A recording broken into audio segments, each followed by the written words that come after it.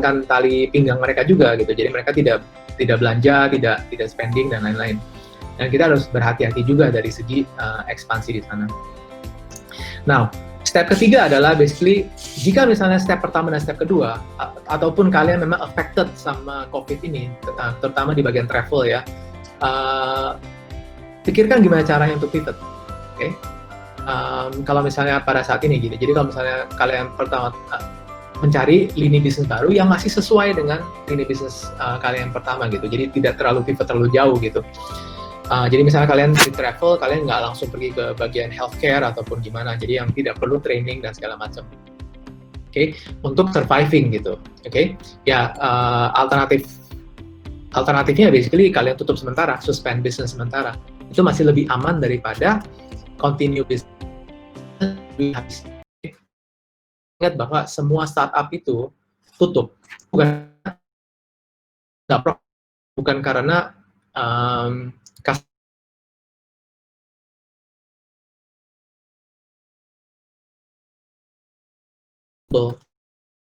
tapi kalau uangnya kalian diutangin semua, kalian juga nggak bisa bayar supplier kalian juga akan tutup lama-lama daripada startup yang nggak terlalu profit, tapi duitnya ada segitu, kayak raise funding, terus itu gunanya untuk itu, kayak Gojek, kayak Tokopedia sama Shopee juga itu mereka tuh belum profit, tapi mereka tuh bisa raise funding, jadi dari uang mereka, investor mereka dapatkan, mereka putar lagi, gitu. Jadi ingat, kehabisan uang adalah penanda bahwa mati atau hidupnya suatu perusahaan, ya. Oke, next mas.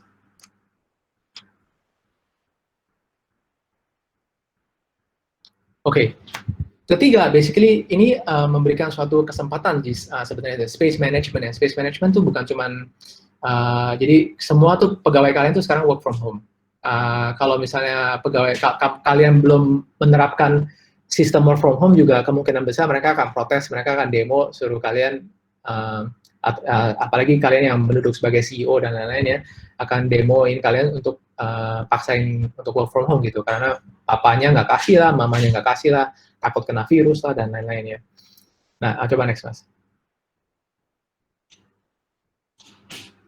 Nah, jadi social distancing dan lockdown ini akan memaksa kalian untuk work from home ya. Jadi tim kalian itu akan, jadi dari sini tuh sebenarnya tuh bukan cuman hanya managing office space ya. Office space sebenarnya saya sih nggak terlalu peduli. Jadi kalau misalnya kalian ada office yang sangat besar, yang sangat bagus, ya itu sih itu tidak penting ya. Yang paling penting adalah gimana cara kita manage tim kita nih yang tiba-tiba nih tadinya ngumpul jadi satu, tiba-tiba nyebar kemana-mana. Oke? Jadi saya sebenarnya ada beberapa company juga di Bandung, ada juga di Jogja, yang dimana saya tuh ngumpulin developer tuh dari tempat-tempat seperti Tasik dan lain-lain ya, untuk ngumpul di Bandung itu. Kita berikan kosan, tinggal di sana dan lain-lain ya. Dan tiba-tiba pas work from home ini semuanya pulang ke kampung. Dan banyak tuh ada yang pulang sampai ke Malang, ada pulang sampai ke Banyuwangi juga. Jadi timnya tuh tiba-tiba tuh pencar semua gitu. Nah, gimana caranya kita manage penyebaran tim ini gitu. Soalnya terus terang aja banyak teman-teman saya tuh yang bilang bahwa kerjaan dia tuh selama work from home period ini itu mencatin orang karena nggak kerja semua, ya kan? Semua pegawainya itu nggak kerja, work from home, dicariin nggak ketemu orangnya, disuruh Zoom meeting nggak hadir, kerjaan terlalai semua. Jadi kerjaannya sebenarnya tiap hari tuh mencatin orang, cari orang, kemana kamu, nggak ketemu, kasih SP. Nah, itu sangat capek sih sebenarnya sih. Dan katanya sih udah sampai saat ini dia udah pecat lebih dari 30 orang. Ya, jadi ya gimana ya, itu salah satu e-commerce besar sih di Indonesia sih. Kalau saya bilangnya kalian pasti tahu yang mana. Oke, terus jadi gimana caranya? Pertama-tama basically sebagai leader atau sebagai startup, kita harus build apa yang kita namakan business continuity plan. Oke, business continuity plan ini atau BCP ini adalah plan di mana kalian itu identify, bikin struktur organisasi dan bikin tulang punggung perusahaan itu siapa aja. Misalnya CEO, ada CTO-nya, terus ada CIO-nya, ada CMO dan segala macamnya. Dan di bawah-bawahnya itu orang-orang yang mana saja yang butuh kalian jaga dan kalian tektokan secara benar gitu. Jadi build business continuity plan. Jadi dan business continuity plan itu harus di-share ke seluruh perusahaan. Dan harus di-identify. Dan sebagai CEO, sebagai leader di atas, kalian tuh tidak mungkin monitor semua orang. Jadi kalian harus delegasi ke bawahan kalian, ke manajer kalian, ke supervisor kalian. Di mana mereka itu bertanggung jawab ke bawahannya lagi gitu. Dan kalian juga harus membuat suatu work from home guideline, oke? Work from home guideline itu adalah guideline yang dimana ataupun rules and regulation. Nggak boleh ya, kalian nggak boleh suruh teman-teman kalian atau pegawai-pegawai kalian, oke, go work from home semuanya work from home. Tapi tidak ada peraturan gitu. Nggak ada aturannya jam berapa mulai kerja sampai jam berapa, setiap jam berapa harus kirim laporan, setiap jam berapa Zoom call, laporannya bentuk formatnya seperti apa. Itu harus ditetapkan semua. Nggak boleh cuma langsung work from home, oke, semuanya pulang work from home. Nah, in the end, pas kalian ngumpulin orang lagi, itu akan setengah mati, percaya sama saya. Jadi sebelum kalian work from home, kalian tuh harus siapkan dulu WhatsApp channel-nya, atau misalnya kalian demen pakai Telegram, bikin Telegram channel-nya. Kalau misalnya kalian terbiasa dengan Trello ataupun Slack, siapkan dulu room-roomnya di sana, atau Facebook for Workplace ya, atau Microsoft Teams ya, terserah lah, itu banyak sekali di luar. Tapi personal recommendation saya sih Trello ataupun Slack, di antara dua ini sih. Dan juga WhatsApp group, dan juga kalian harus mempunyai reporting structure di mana kalian harus ada daily, weekly, monthly meeting. Kalau misalnya kalian manage agile team juga, terutama kalian Scrum Master kalian tuh harus tahu, dan kalian harus bisa kalau misalnya kalian pakai agile, most likely kalian akan pakai Git ya. Kalau misalnya kalian pakai Git, kalian juga harus tahu seberapa cepat, seberapa sering developer atau kode-kode kalian nge-push commit branches dan segala macam, dan Scrum Master-nya kapan ngecek dan segala macam. Itu harus ditentukan semua. Nggak boleh kalian serahkan ke pegawai kalian. Jadi oke, kalian tentukan deh gimana, itu nggak boleh. Itu namanya disaster itu. Ya, jadi sebelum itu, jadi make sure semuanya itu ngerti work from home-nya gimana. Oke? Dan untuk kalian yang tidak ada work from home, tidak bisa work from home, seperti startup saya yang jualan online grocery itu tidak ada work from home. Dari pertama PSBB sampai sekarang, mereka masih ngantor. Orang gudang, orang kantor itu masih ngantor. Ada 57 orang masih ngantor tiap hari. Kita tidak bisa work from home karena ya harus nge-pack, harus ngirim, harus ngecek, harus bagian CS, karena itu critical ya. Untuk apa namanya, kalau misalnya kalian berada di ranah yang tidak bisa work from home, kalian tuh harus siapkan guideline itu seperti apa. Siapkan termometer, siapkan sarung tangan, siapkan masker, siapkan hand sanitizer. Bikin guideline di mana tidak boleh ada pengunjung datang, ataupun tidak boleh ada employee yang misalnya ada demam, nggak boleh datang, dan lain-lain. Oke? Itu harus kalian siapkan semua. Soalnya gini loh, bahayanya tuh begini, ketika satu tertular, semuanya itu akan tertular, oke? Dan itu akan berbahaya sekali. Right? Sebelum ini, Mas, tolong sebelum ini, Mas. Halo, Mas Andri. Lagi, ya, oke. Oke, dan ini penting ya untuk kalian lakukan. Jadi semua itu harus kalian siapkan dulu sebelum kalian mulai program work from home ataupun program stay in office gitu. Dan juga pegawai-pegawai itu kadang-kadang akan demand itu apa namanya kompensasi lebih, insentif. Saya alokasikan memang budget untuk memberikan insentif kepada pegawai-pegawai kita yang wajib datang, karena biaya transport akan lebih mahal pastinya.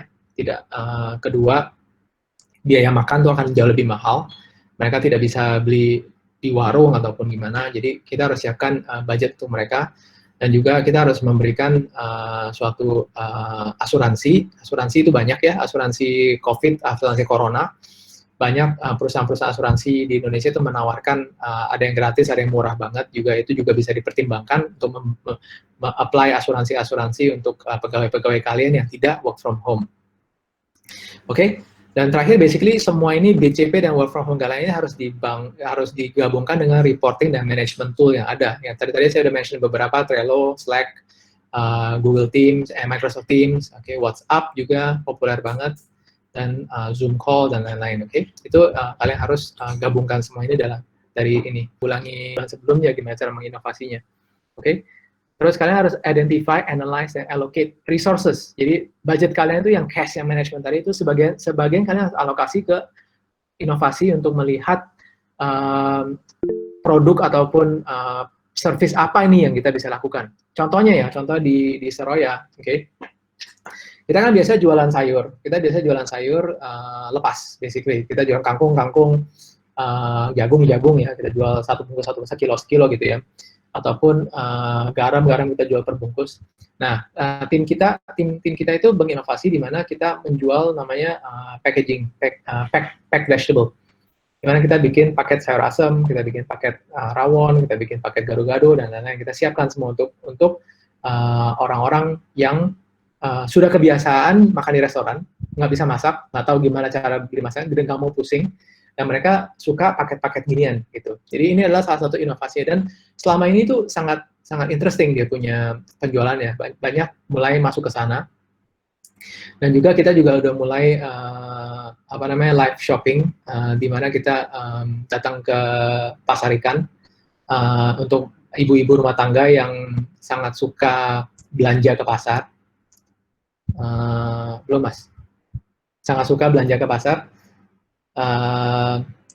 Mereka pengen lihat ikannya, mereka pengen sentuh ikannya. Tentu pada masa COVID ini nggak bisa ya. Jadi kemarin kita beta testing satu tim ke pasar ikan di Muara Baru, di mana kita ngobrol sama nelayan, kita bikin live shopping lewat Facebook ataupun Instagram untuk customer kita yang kita identify ya. Jadi pertama-tama kamu identify dulu customer kamu nih yang existing di mana aja nih.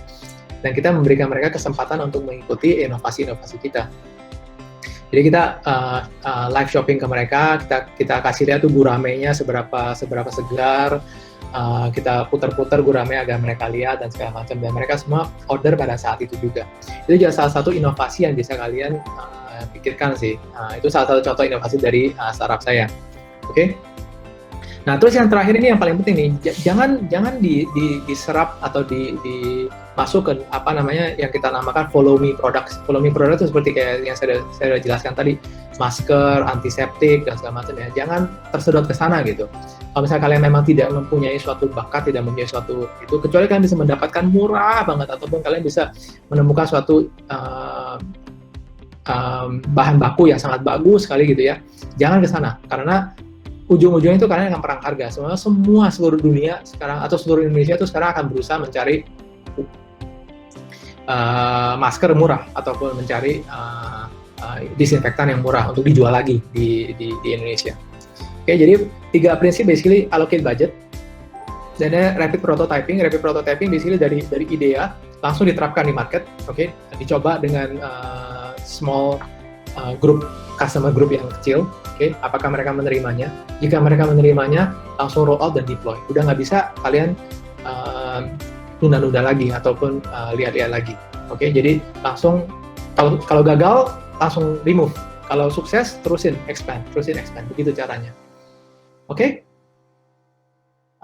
next Mas.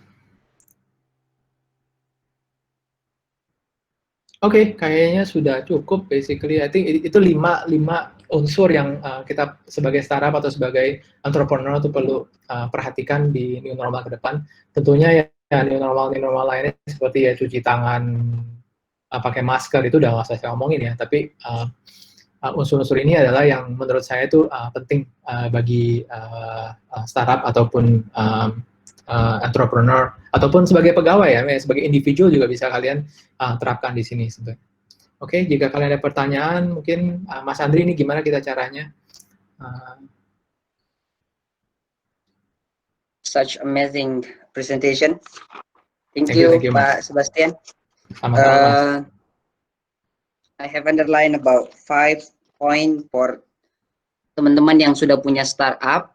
Jadi yang pertama adalah cash management, terus market management, terus space management, talent management, and innovation. So ada beberapa pertanyaan yang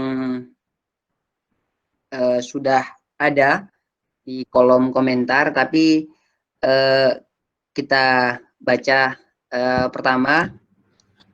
Turn on your microphone. Yang pertama Pak nih, saya Fulvian dari Bogor ingin bertanya kepada Pak Sebastian, mengapa negara-negara lain cepat dalam menangani COVID ini, sedangkan Indonesia masih terkapar saat ini? Ya, dijawab cepat aja Pak. Oke, halo Fulvian ya, Fulvian, Ya, Mas, ini Fulvian. Mas Fulvian.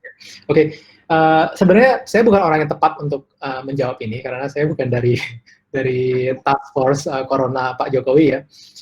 Tapi ya, yang saya mau bilangnya adalah gini, negara lain tuh tidak bisa dibilang tidak termasuk cepat juga ya dari penanganan corona ya. Kita contohnya, kita jangan mengambil contoh negara-negara seperti Singapura ataupun Jepang ataupun Korea ya, yang dimana mereka itu terkenal sebagai dengan efisiensi mereka ya. Kita coba memparalelkan diri kita dengan negara-negara seperti Amerika dan Brasil, oke, ataupun Italia dan lain-lain ya. Sebenarnya kalau misalnya kita paralelkan diri kita dengan mereka, sebenarnya Indonesia tuh udah cukup hebat dari segi penanganan coronanya. Oke, Amerika kalian tahu sampai saat ini udah berapa? 5 juta orang ya kena corona. 5 juta orang dan udah lebih dari 100.000 orang meninggal dunia. Brasil juga tiap hari berapa ribu sampai 10.000 per hari itu infeksinya. Dan Brasil tuh ada presiden yang dimana dia tuh sampai saat ini tuh masih halu, ya kan? Masih halu dan masih nggak mau declare bahwa corona ini satu yang sangat, masih ngaku ya, dia nggak mau ngaku sampai saat ini. Jadi untuk Indonesia sebenarnya sih udah oke. Dan ya kita, saya mungkin menjawabnya begini aja ya, kita sebagai penduduk Indonesia, warga negara Indonesia, kita tetap support, tetap dukung pemerintah kita dengan observe semua peraturan dan regulasi pemerintah yang diterapkan oleh mereka. Kita disuruh tinggal di rumah, kita usahakan sebaik mungkin tinggal di rumah, jangan keluyuran, cuci tangan, pakai masker dan lain-lain sih. Oke, jadi dari sana kita bisa bersama-sama menanggulangi COVID ini. Ya. Oke. Ya, saya rasa cukup Pak. Terus ke Bismar, pertanyaannya mempertahankan bisnis di tengah pandemi. Saya rasa kelima poin tadi itu sudah cukup menjelaskan. Ya, benar. Ya, kita next ke Ayu saja Pak nih, Ayusta Emalifta. Panjang pertanyaannya, tapi poinnya katanya di sini Pak, mungkin lebih ke talent management. Gimana Pak ini? Kita lihat sekarang banyak orang yang kehilangan pekerjaan, kebutuhan semakin meningkat. Jadi mungkin maksudnya saya mencat orang kasihan Pak. Ya benar. Ya ini memang kesulitan kita semua ya. Saya juga saya juga mengerti gitu dilemanya.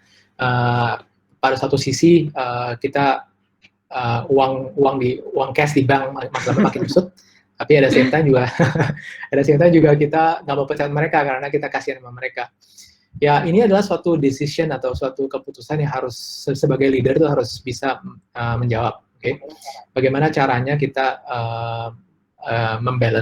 dibalancekan di mana kita harus pecat ataupun kita harus keep. Oke. Yang pastinya, ini pertanyaan juga sangat susah saya jawab juga ya, karena bagaimana kita bisa mungkin yang bisa kalian lakukan sebagai leader adalah gimana caranya kalian itu menawarkan orang ini ke teman-teman kalian yang mungkin membutuhkan. Ya. Jadi nggak semua startup itu mencat orang, ada juga hire. Jadi kalau misalnya startup yang di healthcare sector misalnya, startup yang di medical sector tuh lagi pada cari orang tuh karena mereka kewalahan. Jadi mungkin kalian ada teman di sana, kalau misalnya kalian tidak membutuhkan lagi, kalian bisa menawarkan worker kalian ini ke startup tersebut gitu. Dan juga saya tahu ya, yang saya tahu tuh saya dapat juga sirkuler isinya tuh di mana itu satu Google Sheet itu semua talent di Asia Tenggara yang kehilangan pekerjaan. Banyak talent tuh yang jago coding, yang COO, adapun CEO yang kehilangan pekerjaan. Nah, itu ada di sana itu. Dan itu juga salah satu yang bisa kalian bantu share, oke? Tentunya ya banyak yang harus dilakukan gitu, bukan cuma hanya kita untuk orang-orang yang kehilangan pekerjaan. Dan kebutuhan orang itu memang meningkat tiap hari. Jadi ya kalau misalnya kalian mempunyai jadi sekarang kita lagi banyak yang namanya menggalang dana dan lain-lain. Kalau misalnya kalian bisa membantu dari segi komunitas, dari segi teman-teman untuk mengumpulkan dana untuk membantu orang-orang ini juga sangat. Oke, jadi dia itu menggalang dana lewat Kitabisa, di mana dia itu meminta orang untuk berdonasi agar bisa memberikan makanan kepada masyarakat, oke? Dan secara tidak langsung dia menggunakan uang itu untuk membantu warteg-wartegnya untuk survive. Oke, di mana uang itu dikasih ke wartegnya untuk membuat makanan untuk membayar kepada masyarakat lepas. Nah, itu basically beginilah kita pengalihannya. Jadi banyak kreativitas yang kalian bisa lakukan sih dari sana. Oke, dan ya banyak-banyak berdoa juga sih agar kita semua ini buru-buru. Pasti sangat sulit ya, Pak. Apalagi kalau tim yang sama-sama membangun build startup from the early, pasti akan sangat sulit. Emosional. That's the chosen as a leader.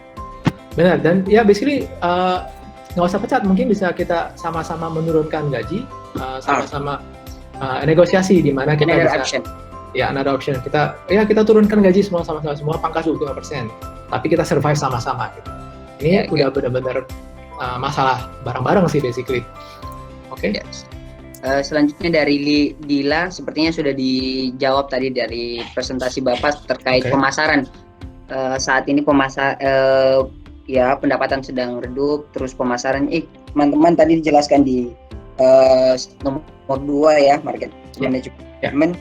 Kalau nggak usah ada new market, tapi fokus pada customer saja yang sudah ada. Ini yang saya rekomendasi sih. Jadi kalau misalnya kalian selama ini memasarkan lewat Google atau memasarkan lewat Facebook, itu namanya what we call open ocean marketing ya. Open ocean, jadi open ocean marketing laut luas ya. Nah, marketing yang seperti ini mendingan kalian stop dulu sementara. Jadi kalian itu benar-benar terjun ke komunitas yang kalian tahu mereka itu siapa. Dan kalian service komunitas perumahan kalian. Nah, kalian benar-benar service mereka dan back to direct selling, Pak ya. Back to direct selling, make every marketing dollar count lah sekarang basically. Yes. Selanjutnya Pak nih dari Erna, kalau kita kesulitan bertemu dengan tim, tapi harus tetap bekerja sama membuat produk, ini bagaimana masalahnya? Tadi sudah dijelaskan di space management teman-teman. Kalau memang masih harus ada yang kerja. Tapi sebenarnya saya mau tanya dulu, ini produknya produk apa nih? Kalau misalnya produk digital, aplikasi, kalaupun website ataupun video ataupun apa ya, itu tentunya sangat gampang ya untuk dikolaborasikan dengan tools yang saya jelaskan tadi. Tapi kalau misalnya kalian tuh memang pabrik produksi sepatu misalnya gitu ya, itu kadang-kadang tidak bisa sih. Itu ya mau nggak mau kalau misalnya kalian itu harus bertemu dan kalian harus mencari suatu solusi di mana kalian tuh bisa bertemu di suatu tempat untuk finish the product gitu basically. Jadi itu sih yang saya mau bilangin sih. Ya, ini ada yang menarik nih Pak dari Wahyu dari Telkom University. Ya, banyak perusahaan terkemuka dunia dalam berbagai bidang mengalami kerugian. Thai Airways, Garuda Indonesia, Traveloka. Kalau Malaysia mungkin ada AirAsia. Mungkin bisa jelaskan kenapa ini terjadi selain akibat COVID dan apa yang harus dilakukan. Apakah harus fokus pada konsumen mencari utang, menjual aset, atau 6 faktor manajemen yang dibenahi? Sekian, terima kasih. Oke, ini semua dia punya contoh yang diberikan itu rata-rata tuh travel industry ya, airline dan travel industry ya. Yang saya tahu sih airline itu tuh sebelum COVID itu juga banyak yang udah nggak sehat sih sebenarnya sih. Oke, jadi ya itu gimana sehat atau nggak sehatnya itu basically dari manajemen perusahaannya, di mana mereka bisa manage cost dan bisa manage expenses dan bisa manage lain-lain. Itu basically corporate governance dan dana itu basically ada atau nggak ada COVID juga sebenarnya itu akan masalah. Jadi karena COVID jadi masalahnya jadi lebih cepat aja terjadi gitu ya. Nah, apa yang harus difokus pada konsumen? Mencari utang, menjual aset.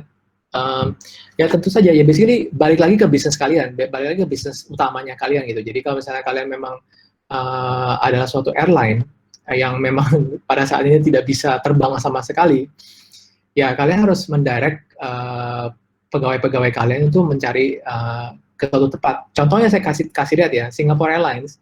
Singapore Airlines kan kalian tahu kan ada banyak pilot dan banyak pramugari. Oke. Jadi selama ini pesawat-pesawatnya nggak boleh terbang, mereka apain tuh pramugari sama pilotnya? Mereka tawarkan ke pemerintah Singapura, di mana pilot-pilot ini dan pramugari-pramugari ini menjadi duta besar corona, COVID. Jadi mereka ditempatkan di MRT station, ditempatkan di stasiun bis untuk mengingatkan orang-orang untuk jaga jarak dan menangkap orang-orang yang nggak pakai masker ataupun memarahi orang-orang yang berdekatan satu sama lain. Nah itu adalah ya basically itu pintar-pintarnya kalian untuk berdiskusi dengan siapa yang butuh lah basically. Jadi kalau misalnya kalian startup yang bikin sepatu, banyak kalian punya pegawai itu nggak bisa ngapa-ngapain, tapi kalian tahu bahwa tetangga kalian tuh bikin APD, alat pelindung diri. Nah kalian bisa tawarkan, bisa nggak kita bantu ya. Jadi ini adalah pivoting yang secara kreatif gitu. Pivoting. Ya, oke. Selanjutnya dari Umi, ini hambatan-hambatan perekonomian sekarang khususnya di masa pandemi ini, dan apa solusi menurut Bapak yang bisa kita ambil dalam masalah ini, dan menurut Bapak adakah negara yang bisa jadi contoh untuk menjaga perekonomian? Kalau startup di Singapura gimana Pak kondisinya? Hampir sama sih sama startup di Indonesia, oke. Banyak yang lay off juga, banyak yang tutup juga. Malah Singapura sebenarnya itu lebih tough ya, karena gaji itu gede, oke. Yeah. Jadi and costing living. Iya benar, living cost itu yang tinggi juga. Living cost tinggi, gaji gede. Jadi runway, kalian tahu kan runway-nya kalian yang di Indonesia mungkin bisa 2 tahun, di Singapura itu paling 2 bulan. Jadi ya hampir sama. Tapi balik lagi ya basically itu dari saya susah sih bilang bahwa negara apapun yang bisa jadikan contoh ya, karena tidak apple to apple ya. Kalau misalnya kita bandingkan Indonesia dengan Singapura, itu tidak apple to apple. Indonesia tuh dari Sabang sampai Merauke itu besar luar biasa. Penduduknya ada 250 juta jiwa, dan nggak semuanya tuh pada on the same economic level, oke? Jadi kalau misalnya kita memberikan 1 juta rupiah ke tukang parkir misalnya, dan kita memberikan 1 juta rupiah ke siapa, misalnya ke konglomerat itu, 1 juta rupiah ke konglomerat itu tidak berasa, ya kan? Tentu saja. Tapi kan 1 juta rupiah ke tukang parkir itu berasa banget. Ya. Nah, jadi nggak apple to apple. Singapura sebenarnya, saya bisa bilang Singapura salah satu contoh yang baik. Taiwan juga, Korea Selatan juga bagus, Jepang juga definitely. Mereka itu, tapi masalahnya adalah mereka itu negaranya itu penduduknya nggak terlalu banyak, dan uangnya itu banyak banget. Uang cadangan devisa itu banyaknya luar biasa, dan penduduknya nggak banyak. Jadi mereka tuh bisa kasih uang kemana-mana. Saya orang Singapura dapat cash dari pemerintah berapa ratus dolar, terus perusahaan-perusahaannya disubsidi sama pemerintah, gajinya disubsidi 75% sama pemerintah. Jadi semua gaji pegawai di Singapura itu dibayar sama pemerintah selama 2 bulan. Itu luar biasa. Tapi Indonesia nggak bisa, karena orang itu kebanyakan, dan perusahaan itu terlalu banyak. Jadi ya kalau misalnya kita begitu, ya kita namanya menggali lubang di sekarang, oke? Kedepannya kita pasti mati, gitu. Jadi Pak Jokowi dan timnya Ibu Sri itu orang NKRI lah. Jadi susah, saya juga susah menjawab pertanyaan ini, karena tidak apple to apple. Last but not least, I think dari Musfira, mempertahankan bisnis di tengah situasi ini Pak. Tapi di sini kurang dijelaskan sih bisnisnya apa. Nah, bagaimana agar bisnis yang kita jalankan tidak berhenti karena kurangnya penghasilan dan kurangnya modal akibat penurunan hasil penjualan? Oke. Ya ini kita perlu tahu konteksnya tuh bisnis seperti apa sih sebenarnya. Oke. Jadi kalau misalnya, jadi balik lagi, kalian harus analisa marketnya kalian. Apakah bisnis ini make sense pada saat corona ini? Unit economics-nya apakah make sense? Setiap penjualan yang kalian jual itu apakah making money? Oke. Kalau misalnya tidak making money dan subsidi, ada baiknya mungkin direm dulu pada saat ini. Dan kalau misalnya daripada mungkin ini memberikan suatu waktu untuk reassess the situation ya, look at bagaimana lebih baik untuk strategi kedepannya dan lain-lain sih sebenarnya. Jadi ya ini kita kurang konteksnya, kita nggak tahu bisnis seperti apa. Kalau bisnisnya traveling base ya, well kita juga tahu rata-rata struggle di sana. Jadi ya itu juga menjadi salah satu consideration. Oke. Ada lagi Mas Andri? Ya, I think that's all Pak. Cool. But satu sih Pak sebelumnya dari ya tadi underline dari Pak Sebastian, teman-teman sekalian, bahwa memilih juga selain pivot bisnis kita mungkin another choice juga sih teman-teman sekalian. Selanjutnya Pak, nih mungkin a lot of participants do not start their business yet. Kalau menurut Bapak, bisnis yang sangat pas untuk kita mulai ini, kalau misalnya memang teman-teman ada beberapa yang belum memulai bisnisnya, di bidang apa Pak? Yang pasti sih yang paling hot sekarang itu healthcare. Healthcare itu udah pasti hot, oke. Dan basically dari segi teleconference dengan dokter ataupun tanya jawab dan dokter dan segala macam, itu nomor satu ya, definitely. Nomor dua, basically bisnis yang dimana kita bisa menjembatani social distancing, seperti contohnya kayak Google Meeting atau Google Meet atau Zoom dan lain-lain itu. Productivity, oke. Ada juga yang saya tahu kemarin startup yang mulai membuat namanya virtual office. Virtual office. Ya, virtual office. Jadi kan kemarin kan dari apa namanya itu co-working space ya, co-working space. Itu kan trennya sebelum pandemi ini. Nah sekarang banyak yang menjadi virtual office, di mana semua user apa namanya, dia punya employee-nya itu masuk ke login ke suatu virtual office space, dan kita bisa lihat tuh di mana orangnya itu duduk di mana, dan kita bisa chat sama dia langsung dan segala macam. Jadi seakan-akan kayak berada di office. Di office, ya. Tapi ini secara tapi virtual, benar ya. Dan bisnis-bisnis seperti VR, virtual reality juga sangat berkembang. Gaming definitely, tapi game tuh, aduh gimana ya? Game saya rada itu sangat subjektif banget, oke? Ada yang nggak semua orang suka, ada yang semua orang suka, itu juga subjektif banget. Dan kompetitor banyak banget sih.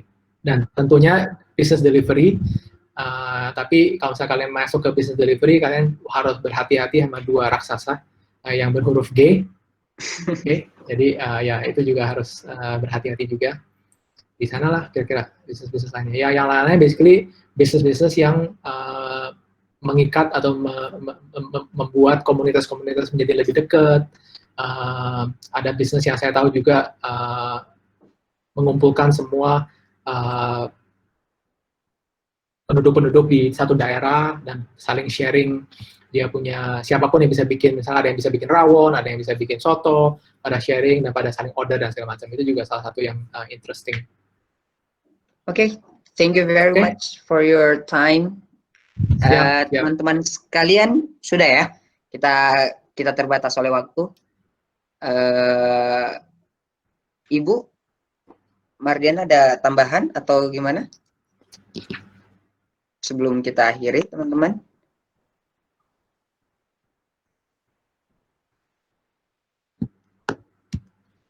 Ya. Ibu lagi mute kayaknya. Ibu lagi ngobrol tapi ibu kayaknya mute deh. Ibu unmute dulu, Bu. Please unmute.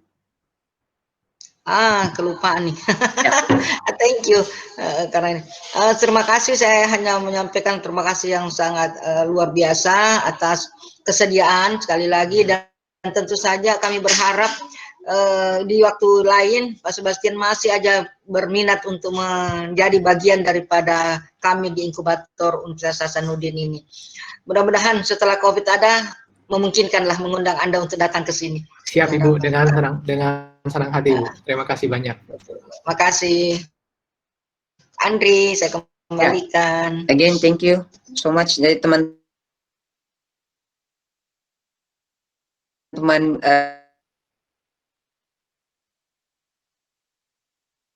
sekalian, tadi jangan lupa or anything. Siap. Kita selalu open. Ya, mungkin itu saja sih Pak. Terima kasih teman-teman semua kembali untuk waktunya. Ya, for present. Okay guys, feel free to. I hope you fill the link before left the meeting, because we have to know you and deliver the certificate after this. Teman-teman, tolong diisi linknya, ada di menu room chat ya.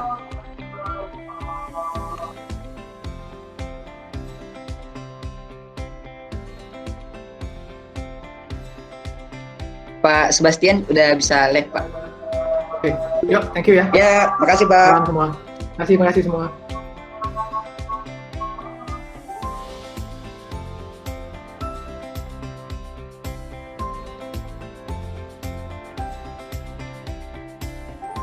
Di email teman-teman semua bersama sertifikatnya, karena yang terdaftar di sini sudah tergabung di Google Group, dan juga teman-teman nanti materi akan secara virtual ada di YouTube channel UPKB, jadi jangan lupa ya subscribe dan nonton juga tentunya.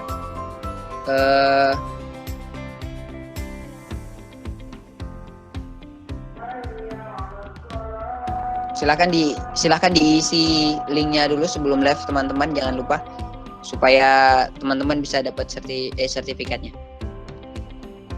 Just who fill the link will get the certificate. Cuma teman-teman yang ngisi link yang bisa dapat sertifikat ya. Untuk teman-teman sekalian juga harap follow Instagram UPKB Unhas, karena kita beberapa publikasi melalui Instagram juga.